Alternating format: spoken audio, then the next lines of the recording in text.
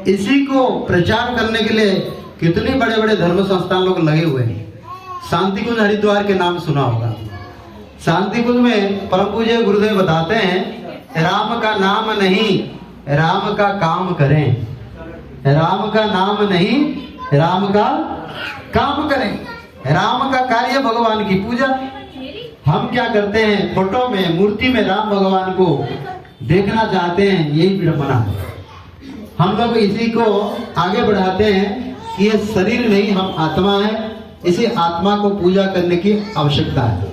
जब आप छोड़ करके जाएंगे, मान लीजिए घर में कोई भिखारी आया या आप किसी को शादी में कुछ मदद कर दिया, आपने कुछ किसी को दान कर दिया, तो आप किसी को दान किया ना, आपने पिछले जन्मों में कुछ उनके घर से लाया था, वो आप चुका रहे हैं, उसको उधारी को आप चुका रहे हैं।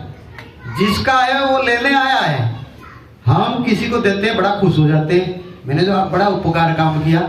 इसको कोई दान नहीं कहते। ये जिससे आप लिया था वही लेने आया है। ये भगवान की इतना विचित्र विडंबना है। कोई किसी को नहीं देता है, वो भगवान ऐसे लीला लगा हुआ है। आपने आम का पेड़ लगाया तो आम मिलेगा। जो भी आप लगाए हैं पिछले जन्म में, जो भी कर्म किया है, इसको किसको भोगना है?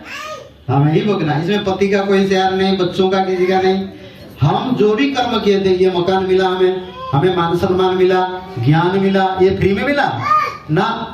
आप भी इसके लिए कुछ पिछले जन्म में पुण्य कर्म किया था। इसीलिए आप सभी से प्रार्थना है, इस रहस्य को आप समझिए कि गुरुदेव चाहते हैं, भगवान चाहते हैं कि आप जब तक जिंदा है आप कुछ लोगों को दीजिए। पैसा दान करना, कपड़ा दान करना, भोजन दान करना, जिसका था वो लेने आएगा। चाहे बच्चा हो, चाहे पड़ोस हो, चाहे आपकी शादी संबंधी हो। लेकिन फिर आप देंगे क्या? आपके पास फिर क्या है? यही है, सत्य है, प्रेम है।